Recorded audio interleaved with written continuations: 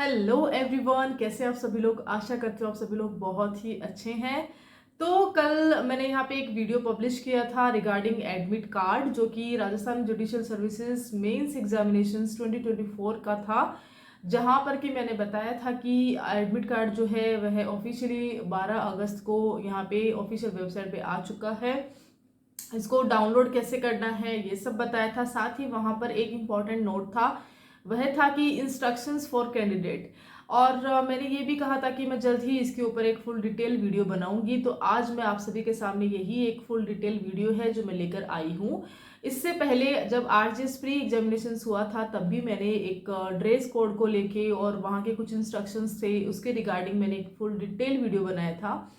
तो वहाँ भी आपको उसमें नॉर्मल है, आपने अगर हर एक चीज़ को सुना है बिना स्किप के वीडियो को देखा है तो आपको काफ़ी सारी चीज़ों को वहाँ पे देखने को मिला है। आपने काफ़ी सारे क्वेश्चंस भी किए हैं।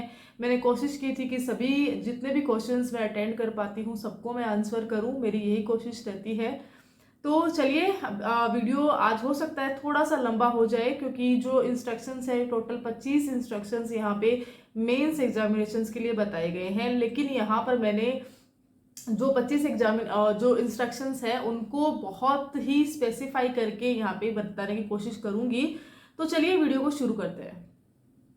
तो चलिए शुरुआत करते हैं। सबसे पहला पॉइंट है एडमिट कार्ड के रिगार्डिंग है। जैसा कि बताया गया है कि आपको जो एडमिट कार्ड है वह किस तरह से डाउनलोड करना है। तो यहाँ पर आपका जो यूजर आईडी रहता है, आपका पासवर्ड रहता है, आपका एक कोड रहता है, उसके थ्रू आपको जो है ऑफिशियल वेबसाइट पे जाके राजस्थान हाईकोर्ट की जो वहाँ पे जाना है और वहाँ से आपको डाउनलोड करना है।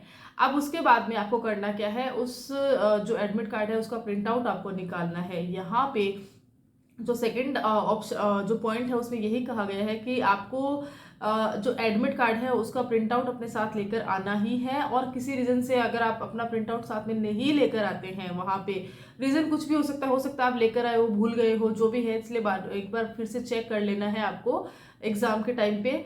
अगर नहीं मिलता है तो वहां पर आपको एग्जाम नहीं देने दिया जाएगा। चलिए बात करते हैं थर्ड पॉइंट की। तो थर्ड पॉइंट क्या बोलता है, तो थर्ड पॉइंट इसमें ये है कि आपको साथ क्या क्या लेकर आना है। इस पे कुछ पॉइंट्स है, इसके बारे में बात कर लेते हैं। ओके, तो यहाँ पे जब बात होगी एडमिट कार्ड की कि एडमिट कार्ड का जो प्रिंट आउट है वह आपको कैरी करना है, साथ में कैरी करना ही है। और अगर आप कैरी करते तो वहाँ पे आपको अपीयरेंस जो आपकी नहीं माने अपीयर नहीं होने दिया जाएगा आपको एग्जाम में। दूसरा पॉइंट है कि एक ओरिजिनल फोटो आईडी आपको लेके आनी है। आप वो आधार कार्ड हो सकता है, पैन कार्ड हो सकता है, ड्राइविंग लाइसेंस हो सकता है, कुछ भी वह आपकी जहाँ की आपकी फोटो जिसमें की फोटो आईडी रहती है वो आपको लेके आनी है। और उसके अलावा आपको जो जेरोक्स कॉपी होती है उसकी वह भी लेकर आनी है। तो ये चीज बताई है। साथ ही ब्लैक और ब्लू बॉल पेन यहाँ पे बताया है। एक क्वेश्चन आता है कि क्या जेल पेन का यूज कर सकते हैं। तो इसमें ऐसा है कि नहीं, आप जेल पेन का यूज ना कीजिए। आप जो बॉल पेन होते हैं ब्लू और ब्लैक दो ही लाना है। इसमें एक चीज और होती है कि आप जब आप अटेम्प्ट करते हो आरजेएस एग्जामिनेशन, स्पेशली मैं इसी के लिए मेंशन करूंगी, अगर आपने ब्लू से स्टार्ट किया है और आपके पास सिर्फ दो ही पेन है और एक बार को आपका जो पेन है वह खराब हो जाता है, या तो आप इतना फास्ट लिखते हैं तो वो कहीं ना कहीं इतना स्पीड नहीं पकड़ता है लिखने में, तो वहां पर आप जो है बीच में अपना ब्लैक पेन यूज नहीं कर सकते हैं। इसमें साफ इंस्ट्रक्शन दिया गया है कि आपको सेम लिंक ही आपको वहां पे जो इंक होती है वह सेम ही आपको यूज करनी है। तो इस चीज का ध्यान देना है। जो भी पेन आप लेके जा रहे हो तो दो ब्लैक या दो ब्लू उस हिसाब से लेके जाना, क्योंकि बाद में अगर आप किसी से लेते हो या मांगते हो तो वो भी इस इंस्ट्रक्शंस के हिसाब से वह भी एक चीटिंग के दायरे में आता है। ऑल्दो हो सकता है ये सब चीजें इतनी ज्यादा वो बोदर ना करे, लेकिन फिर भी इंस्ट्रक्शन है तो हमें इंस्ट्रक्शंस के बियॉन्ड क्यों जाना। हमें अगर पता है ये चीज हमारे लिए बेनिफिट है तो हमें वही चीज करनी है। अच्छा, अब बात करते हैं कि जैसे कि पिछली बार था कि आपको एक ट्रांसपेरेंट वाटर बॉटल लेके जानी है, नॉर्मल है। अच्छा, एक अब जो है सबसे इम्पोर्टेंट है कि आपको अपने एग्जामिनेशन सेंटर में जो भी जगह आपको बताई जाएगी वहां पर 45 मिनट पहले पहुंचना है। मीन्स कि आपका अगर 9 बजे एग्जाम शुरू हो रहा है तो 45 मिनट पहले जो है आप अपने एग्जामिनेशन सेंटर तक पहुंच चुके हो, आप उस सेंटर के अंदर हो। अब जो है आपको जो एंट्री है आपके रूम में, जो कि आपका एग्जाम रूम रहेगा जहाँ पे आपके रोल नंबर सीट मिलेगी आपको, उसमें आपको 15 मिनट पहले जाने दिया जाएगा, तब तक आप जो है बाहर रहोगे, लेकिन 45 मिनट पहले आपको आना ही होगा। अब यहाँ आपको ये चीज़ भी देखनी होगी, एडमिट कार्ड में आपको देखना है कि भाई आपका जो जगह है वह कौन सी जगह पे आई है, आप कौन सी जगह रुक रहे हो। अगर आप लोकल हो तो आपको इशू नहीं आएंगे, लेकिन अगर आप बाहर से कैंडिडेट आ रहे हो, या तो राजस्थान में भी अलग अलग जगह से लोग आ रहे हैं, जयपुर और जोधपुर में ये एग्ज़ाम है, तो यहाँ पर आपको ये चीज़ देखनी है कि आपका जो भी वे है उसके हिसाब से आपको वो मेंटेन करना है कि आप 45 मिनट पहले एग्ज़ाम के वहाँ पहुँच जाओ। अच्छा, नेक्स्ट क्या है? नेक्स्ट रहेगा डिजेबल पर्सन के लिए है, यहाँ पे उन लोगों के लिए है, ये कैटेगरी में बताया गया है। पॉइंट नंबर 5 है, इसमें उन्होंने कहा है कि 60 मिनट पहले उनको यहाँ पे आना है नॉर्मली, और जो भी उनकी डिजेबिलिटी का सर्टिफिकेट होता है वो उनको साथ लेकर आना है। इसमें जो ब्लाइंडनेस होती है या जो डिजेबल पर्सन होते हैं इनके लिए स्पेशली ये चीज़ रही है। और ये जो सर्टिफिकेट है इसमें एक मेंशन किया है कि जो कि इशूड किया गया है, सर्टिफाइड इशूड किया गया जाता है चीफ मेडिकल ऑफिसर के द्वारा, या तो सिविल सर्जन के द्वारा, या तो मेडिकल सुपरिटेंडेंट के द्वारा। यहाँ पर आपको जो डिजेबिलिटी क्राइटेरिया के जो कैंडिडेट्स हैं उनके लिए ये चीज़ है। अच्छा, अब हम बात करते हैं छठे पॉइंट पे आते हैं। अभी तक हमने यहाँ पे 5 पॉइंट के बारे में डिस्कस किया है, अभी हम छठे पॉइंट पर आते हैं। अच्छा, ये जो पॉइंट है वह है लेट कमर्स के लिए। नॉर्मल है ना कि आप सेंटर में 10 मिनट 5 मिनट लेट हो जाओगे, तो यहाँ पर ये चीज़ दिखाई गई है 45 मिनट आपको बताया गया है। अगर आप किसी रीज़न की वजह से 10 मिनट लेट हो जाते हो या 15 मिनट लेट हो जाते हो, मोर देन 15, ठीक है, अब यहाँ पर आपको 15 मिनट लेट हो गई है, तब नॉर्मल है कि आपको 45 मिनट के रूल के हिसाब से आपको एंट्री नहीं मिलेगी। लेकिन अगर अब आप जो है वहाँ के नोडल ऑफिसर होते हैं, सेंटर के जो निरीक्षक होते हैं जो कि एग्ज़ाम को दिलवा रहे होते हैं, उस वक्त वहाँ पर अगर आप जो है अपना एक्सक्यूज़, आप जो भी वहाँ पे एक्सक्यूज़ देते हो, जो भी इमरजेंसी वहाँ पे बताते हो, उससे अगर वह सेटिस्फाई हो जाते हैं तब आपको वहाँ पे एंट्री मिल सकती है। अब यहाँ पर भी एक कंडीशन है कि किसी भी कंडीशन में 15 मिनट का जो आपका एग्ज़ाम रूम का जो टाइम बताया गया है इसके बियॉन्ड नहीं जाने दिया जाएगा। मीन्स कि आप 45 मिनट के दायरे में अगर 15 मिनट आगे पीछे होता है तो आपको इतनी सी रिलीफ दी है कि अगर आप सेटिस्फाई कर पाते हो नोडल ऑफिसर को कि भाई इस वजह से मेरे को यहाँ पे आने में लेट हुआ है, लेकिन किसी भी रीजन से किसी भी तरीके से आपको जो है 15 मिनट बियॉन्ड वहाँ पे एंट्री नहीं मिलेगी एग्जाम रूम में। तो इस चीज़ का विशेष ध्यान रखना है और कोशिश कीजिए कि टाइम पे पहुंचिए, क्योंकि बहुत बार होता है कि नोडल ऑफिसर भी अगर इस तरह के 2-4 केस भी आते हैं तो उनका फिर जो टेम्परेचर है वो इतना कूल रहता नहीं है, तो कहीं ना कहीं खामियाजा भुगतना पड़ सकता है। तो कोशिश कीजिएगा कि जल्दी ही आए। और बाकी तो खैर अभी बात कर लेते हैं नेक्स्ट पॉइंट के ऊपर। खुद के रोल नंबर वाली सीट पे बैठना है, नॉर्मल है, क्योंकि देखिए मेंस एग्जामिनेशन है, हो सकता है कि सारे बच्चे आए, हो सकता है कोई ना आ पाए, तो यहाँ पर कोई सीट अगर खाली भी है तब भी आप पूछ के यहाँ पे बैठ सकते हैं नॉर्मली, अगर आपको वहाँ पे अलाउड करते हैं तो। अदरवाइज तो आपको अपनी सीट पे ही वहाँ पे बैठना है। अच्छा, अब जो नेक्स्ट पॉइंट है वह इंपॉर्टेंट है और इसके साथ इसके रिगार्डिंग जो है ना कुछ इश्यूज आरजेएस प्री में आए थे, वह है 5 टाइप ऑफ बेल। जब यह पॉइंट सामने आया था ना तो लगा नहीं था कि यह जो पॉइंट है इसमें भी कोई इशू आ सकता है, लेकिन एक्चुअली में इसमें भी इशू आया था। बच्चों ने बताया था, इंटरव्यूज मैंने देखे थे जहां पर कि बच्चों को इशू आया था, वह था कि जो 5 टाइप की बेल यहाँ पे इंट्रोड्यूस की कि हम एग्जाम देने जाते हैं तो बेल बचती है, उसके बारे में बताया गया है। पहला तो है कि जो 5 मिनट पहले एग्जाम के आपके जो है यहाँ पे बेल होगी, और जो दूसरी बेल होगी वह शेड्यूल टाइम पर पेपर के, मीन्स कि 9 बजे का टाइम है तो 9 बजे होगी, और उससे पहले वाली 9 बजने में 5 मिनट पहले होगी। अच्छा, एक जो रहेगी तीसरी नंबर की जो बेल रहेगी वह 1 आवर पे बजेगी, जब 1 घंटा कंप्लीट हो जाएगा उसके ऊपर बजने वाली है। चौथी जो बेल बजती है वह रहेगी वार्निंग बेल, वह जो कि कंक्लूजन ऑफ द पेपर के 10 मिनट पहले जो रहेगी, कि जो टाइम होने वाला है ना उसके 10 मिनट पहले रहेगी। और जो लास्ट बेल रहती है ना कि ऑन शेड्यूल टाइम, वह जो एकदम शेड्यूल टाइम पे रहेगी for conclusion of the paper. अब यहाँ पे मैंने यहाँ पे जिक्र किया था कि आरजेएस प्री में ऐसा हुआ था, तो देखिए कई सेंटर थे जहाँ पर कि एग्जाम में जो घड़ी लगाते हैं जो वॉल वॉच घड़ी होती है ना वह नहीं लगी हुई थी, और अगर लगी भी हुई थी ना तो वहाँ का जो टाइमिंग था ना वह एकदम मैच में नहीं था कि 5 मिनट पहले या 5 मिनट के हिसाब से आगे पीछे थी, तो वहाँ पर वो चीज़ भी क्रिएट नहीं। तो इस बार अगर ऐसी सिचुएशन बन रही है तो आप पहले ही इस चीज़ के लिए सतर्क रहिएगा, क्योंकि बाद में अगर कोई भी चीज़ इशू होते हैं ना तो वहाँ पे ये दिक्कत आती ही है। खैर अभी हम बात कर लेते हैं नेक्स्ट पॉइंट के ऊपर। अब यहाँ पे जो नेक्स्ट पॉइंट है जिसको कि हम पॉइंट नंबर 9 में यहाँ पे देख रहे हैं, वह है कि आपको जो आपका क्वेश्चन पेपर रहेगा ना, बुकलेट जो जिसको हम बोलते हैं, वह आपको मिलेगी 5 मिनट पहले, यानी कि फर्स्ट जो बेल बजती है ना उस टाइम पे आपको जो आपके क्वेश्चन पेपर आपके हाथ में रहेंगे। अब यहाँ पर ये चीज़ बताइए कि वो क्वेश्चन पेपर है ना, वो आपको ये देखना है कि वह सही स्थिति में हो। कई बार होता है ना कि अगर आपको लगता है ना कि यहाँ पे इश्यूज है, ये जो चीज़ें मिसप्रिंट करी हुई है या तो फटी हुई है या तो कोई इश्यूज है, तो आप कई सारी चीज़ें होती है ना खराब है, तो इस स्थिति में आपको करना क्या है, कुछ भी डिफेक्ट भी आता है कोई, अगर आपको पूरी तरीके से चेक करना है, आपको 5 मिनट इसीलिए दिया जाएगा कि आप पूरी उस टाइम पे जो है उस चीज़ को देख लीजिए कि हाँ भाई ये सही है या नहीं है। और अगर नहीं सही है तो आपको करना क्या है, आपको इमीडिएटली वहाँ पर जो इन्विजिलेटर जो रहते हैं, जो आपके एग्जामिनेशन रूम में अगले 2 घंटे वहाँ पे रहने वाले हैं, उनको तुरंत प्रभाव से आपको ये चीज़ बतानी है ताकि वो इस चीज़ में जो है दूसरा एक्शन ले पाए। बात कर लेते हैं हम यहाँ पे नेक्स्ट पॉइंट पे। नेक्स्ट पॉइंट किस चीज़ के लिए है, वह है कि आपके रोल नंबर के बारे में है, सिग्नेचर के बारे में है, नाम के बारे में है, जो कि आपको वहाँ पे लिखना है। अब यहाँ पर ये चीज़ बताया कि जो स्पेसिफाई लिखा हुआ रहता है कि नाम, roll number, date of birth, ये सब लिखा हुआ रहता है ना, तो लेकिन कई बार क्या होता है जल्दीबाजी रहती है, या तो फिर हम वहाँ पर जो चीज़ें है ना रॉन्ग लिख देते हैं, रोल नंबर जो रहता है ना हमारा वह हम गलत लिख देते हैं, कई सारी चीज़ें होती है। तो आपको यहाँ पे ये दिखाया गया है कि जो चीज़ जहाँ पे स्पेसिफाई करी गई है ना, आपको उधर ही करनी है, आगे पीछे उधर नीचे नहीं करनी है। अगर ऐसा होता है, अगर आप स्पेसिफाई जो बता रखी है वहां पर आप नहीं करते हो ना, तो इसका रिजल्ट क्या रहेगा। तो इसमें क्या बताया गया है कि अगर आप अच्छे से रोल नंबर नहीं भरते हो, गलत कहीं कर देते हो, कुछ भी आपने जो है इनकम्प्लीट किया है ना, तो वहां पर स्टूडेंट को एक्सक्लूड कर दिया जाएगा। और एवल्यूशंस की जो प्रोसेस होती है ना, उससे आपको एक्सक्लूड कर दिया जाएगा। तो ये एक पॉइंट है जो बहुत इंपॉर्टेंट है। आरजेएस प्री में भी इश्यूज आए थे, काफ़ी सारे कैंडिडेट्स हैं जो इस वजह से मेंस एग्जामिनेशंस में आज नहीं भी है।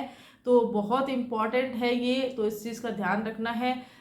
क्वेश्चंस हमें सारे आते हैं, लेकिन हमें जो है क्वेश्चन पेपर से पहले, क्वेश्चन अटेंड करने से पहले जो मेन जो प्रक्रियाएं होती है, रोल नंबर है, नाम है, भले वो बहुत इजी से इजी काम है, लेकिन जब हम इस कंडीशन में रहते हैं ना कि जब हम मेंस के एग्जामिनेशन देते रहते हैं, तो कहीं ना कहीं हमारा स्टेट ऑफ माइंड जो रहता है ना, हम दुविधा में रहते हैं, डर में रहते हैं, कम कॉन्फिडेंस में रहते हैं, तो कहीं ना कहीं गलती हो जाती है। तो आपको यही देखना है, रीचेक करना है कि कहीं मुझसे गलती तो नहीं हो गई है।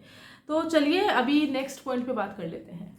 नेक्स्ट पॉइंट की हम बात करते हैं, तो नेक्स्ट पॉइंट में क्या लिखा है कि आप यही है कि जो सारे आंसर आपको सेम इंक में करने हैं, जैसे कि मैंने आपको पहले बताया था कि जो अगर आप ब्लैक पेन लाते हो, ब्लू पेन लाते हो, और आपको बॉल पेन ही लेकर आना है, और कोई पेन यहाँ पे नहीं चलेगा, इस चीज़ का भी ध्यान रखना है। तो आपको सेम इंक माफ़ कीजिएगा, आपको यहाँ पे करनी है। ब्लैक का अगर यूज़ कर रहे हो तो आपको ब्लैक के साथ ही पूरे एग्जामिनेशंस में जितने भी आंसर करने हैं सारे ब्लैक में ही करने हैं, ब्लू में कर रहे हो तो उसमें ही करने हैं। तो ये आप पर है कि आप कौन सा यूज़ कर रहे हो, लेकिन हाँ दोनों साथ में एक साथ यूज़ नहीं करना है, इस चीज़ का इंस्ट्रक्शन है। नेक्स्ट पॉइंट जो है 14 नंबर जो पॉइंट है वह है कि आपका जो उत्तर है ना वह लेजिबल राइटिंग में होना चाहिए। आपका देखिए आपका जो हैंड राइटिंग है ना, यहाँ पर इसके भी मार्क्स मिलेंगे। क्यों? क्योंकि यहाँ पे ये जो पॉइंट है ना, ये इस चीज़ को दर्शा रहा है कि आपका जो हैंड राइटिंग है ना वह पढ़ने योग्य होना चाहिए। ऐसा नहीं है कि टाइम कम है और आपको इतना लिखना है तो आप इस हिसाब से लिख रहे हैं कि आपकी जो हैंड राइटिंग है ना वो पढ़ने में समझने में नहीं आ रही है। तो इस चीज़ का ध्यान रखना है कि जो भी लिखो, जितना भी लिखो, वह पढ़ने योग्य होना चाहिए। ओके, तो नेक्स्ट अभी जैसे कि हमारा वीडियो लंबा हो जाएगा तो हम बहुत फास्ट इसको काम करते हैं कि चीटिंग, तो जैसे कि चीटिंग करना ही नहीं है, पीछे देखना है, कोई चीज़ मांगनी है, ऐसा कुछ करना नहीं है, बातचीत करनी नहीं है, ऐसा बिल्कुल भी नहीं है। और किसी को भी अपनी जो बुकलेट होती है हैंड ओवर नहीं करनी है। और अपने रोल नंबर है जो आपको ऑब्वियसली चेक करके ही बैठना है। अच्छा, अब इम्पोर्टेंट चीज़ आती है कि जो गैजेट्स होते हैं, जो ये इलेक्ट्रॉनिक चीज़ें होती है जो कि पूरी तरह से बैन है, आपको कुछ भी नहीं लेके आना है। मोबाइल हुआ, स्मार्ट वॉच हुआ, कैलकुलेटर हुआ, या इस तरह की कोई भी बड़े बटन वाली अगर आपने कोई शर्ट पहन रखी है, गर्ल्स ने अगर कुछ पहन रखा है, तो इस तरह की जो चीज़ें हैं बिल्कुल अवॉइड करी गई है, आपको ये सब नहीं लेकर आनी है। और हाँ, अगर कोई इंपॉर्टेंट चीज़ है जो आप लेकर आए तो उसके जिम्मेदार आप खुद रहोगे। तो चलिए सीधे आते हैं 22 नंबर पॉइंट में, जो कि इंपॉर्टेंट है, ड्रेस कोड के बारे में बता रहा है। गर्मी का महीना है तो नॉर्मल सी बात है, यहाँ पे इफ़ नीडेड स्वेटर है तो आपको उसकी ज़रूरत नहीं पड़ेगी। तो शुरुआत करते हैं हम मेल को। आप जो मेल कैंडिडेट है, जो पुरुष कैंडिडेट है, उनको क्या बताया गया है। तो जैसा कि प्री में था सेम ही है, शर्ट है, ट्राउज़र है, स्लीपर आपको पहन के आना है और ये सब चीज़ें होती हैं ताकि ये चीटिंग नहीं हो या इस तरह की जो गतिविधियाँ होती है ना, इस वजह से ये ड्रेस कोड रखी जाती है। बात करते हैं फीमेल की, तो सलवार सूट है, साड़ी है, टॉप है, ब्लाउज है, स्लीपर है, रबर बैंड आपको हेयर में लगा के आना है, कोई एक्स्ट्रा पिंस वगैरह या क्लच वगैरह आप ना लगा के आए, कार्डिगन्स आप पहन सकते हैं। अच्छा, क्या नहीं पहने, इसमें जो मेल फीमेल का नहीं है, इसमें कैंडिडेट है, मीन्स कि आप सभी कैंडिडेट्स के लिए सेम इंस्ट्रक्शन है। आप सैंडल अगर आप पहन के आ रहे हो तो आप ना पहन के आओ, अगर आप पहन के आते हो, आप पहन के आ गए हो तो आपको बाहर ही उतारनी रहती है। आप एग्जाम देते वक्त आपको फिर वो चीज़ पहन के नहीं देनी होती है, ऐसा रूल होता है। और शूज़ नहीं पहन के आना है, सॉक्स नहीं पहन के आना है, गोगल्स, बेल्ट, ये सब चीज़ें रहती है, हेयर पिन होता है, ताबीज अगर हम पहन रहे किसी प्रकार का, वो सब चीज़ें ये सब रहेगी। बिग साइज की बटन है। और अब इसमें एक चीज़ बताई गई है, ये सब चीज़ें तो है जैसे कि मैंने पहले भी एक वीडियो में यहाँ बताया था, तो वो सारी चीज़ें रहेगी। अब यहाँ पे एक चीज़ बताइए कि अगर ड्रेस कोड के रिगार्डिंग किसी भी प्रकार कोई इशू आता है, डिस्प्यूट आता है, तो वहाँ पर क्या करें। तो वहाँ पर जो नोडल ऑफिसर होते हैं ना, उनका जो फैसला रहेगा ना, वह अंतिम होगा। तो अगर उनको लगता है कि ड्रेस कोड जो है वह बियॉन्ड जा रहा है इंस्ट्रक्शंस के, ऐसा नहीं होना चाहिए, तो वो वहाँ पर जो है उस चीज़ को मान्यता देंगे। और उनको लगता है कि नहीं, कोई इश्यूज इतना नहीं है, तो वहाँ पर वो आपको अलाउ भी करेंगे। कहने का मतलब है कि जो नोडल ऑफिसर रहेंगे कोई भी डिस्प्यूट्स में ड्रेस कोड के रिगार्डिंग, उनका ही फैसला अंतिम होगा। इसके लिए आप जो है अथॉरिटी या वहाँ पे सेंटर के जो रहते हैं उनको आप किसी भी तरह से नहीं बोल पाओगे। इसमें साफ साफ ये चीज़ लिखी हुई है। अच्छा, अब बात करते हैं नेक्स्ट पॉइंट की। तो चलिए लास्ट 2 पॉइंट यहाँ पे बचते हैं, उन दोनों पॉइंट को भी हम देख लेते हैं कि वो दोनों पॉइंट क्या बोलते हैं। तो लास्ट 24 जो पॉइंट है वो क्या बोलता है, डिसऑबे नहीं करना है। मीन्स कि यहाँ पर बताया गया है कि आपको, जैसे आप एग्जामिनेशन हॉल में आ गए हो, तो वहाँ पर आपने भले ही इंस्ट्रक्शंस के रिगार्डिंग कोई भी चीज़ करी है जो कि इंस्ट्रक्शंस को वायलेट कर रही है, इंस्ट्रक्शंस के बियॉन्ड जा रही है, आप जो है वहाँ पे डिसओबे कर रहे हो, उसको ओबे नहीं कर रहे हो, तो वहाँ पे उस कंडीशन में क्या होगा। तो वहाँ पर उस कंडीशन में जो है आपको एग्ज़ाम रूम से, आपको एग्जामिनेशन से वहाँ से निष्कासित कर दिया जाएगा, खारिज कर दिया जाएगा। और यह जो है नोडल ऑफिसर के द्वारा किया जाएगा और उनका फैसला जो है अंतिम रहेगा। तो चलिए लास्ट पॉइंट में बात कर लेते हैं। तो लास्ट पॉइंट में यही है कि यहाँ पर जितने भी इंस्ट्रक्शंस बता रखे हैं उनको आपको ओबे करना है, उसके बियॉन्ड नहीं जाना है। As per instructions RJS mains के एग्जामिनेशंस में आपको बैठना है। और अगर कोई भी कैंडिडेट है जो इनके बियॉन्ड जाता है, किसी भी तरह की यहाँ पे वायलेशन करते हैं, तो वहाँ पर उनको एग्ज़ाम से वंचित कर दिया जाएगा। और जो अब यहाँ पर बताया गया है कि अंतिम जो कार्यवाही रहेगी इसके रिगार्डिंग कि ये जो इंस्ट्रक्शंस में यहाँ पे डिसओबे चीज़ें हुई है, वायलेशन हुआ है, तो वहाँ पर राजस्थान हाईकोर्ट का जो पैनल होगा उसके तहत वहाँ पे एक्शन लिया जाएगा उन कैंडिडेट के प्रति।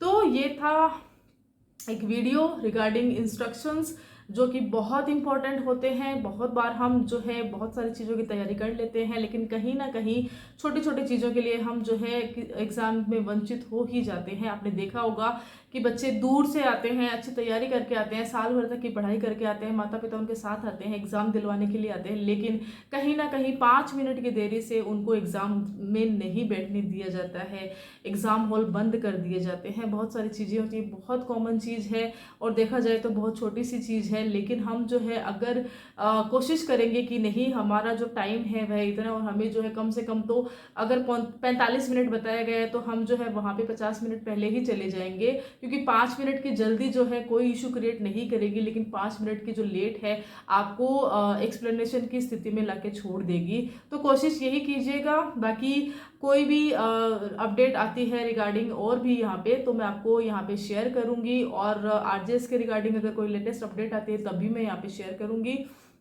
कुछ भी क्वेश्चन है आप मुझसे फ्री होके, बेफिक्र होके मुझसे पूछ सकते हैं। कुछ भी इश्यूज आते हैं आप मुझसे पूछ सकते हैं, और मेरा कोई सपोर्ट अगर आपको चाहिए तो आप मुझसे बात कर सकते हैं।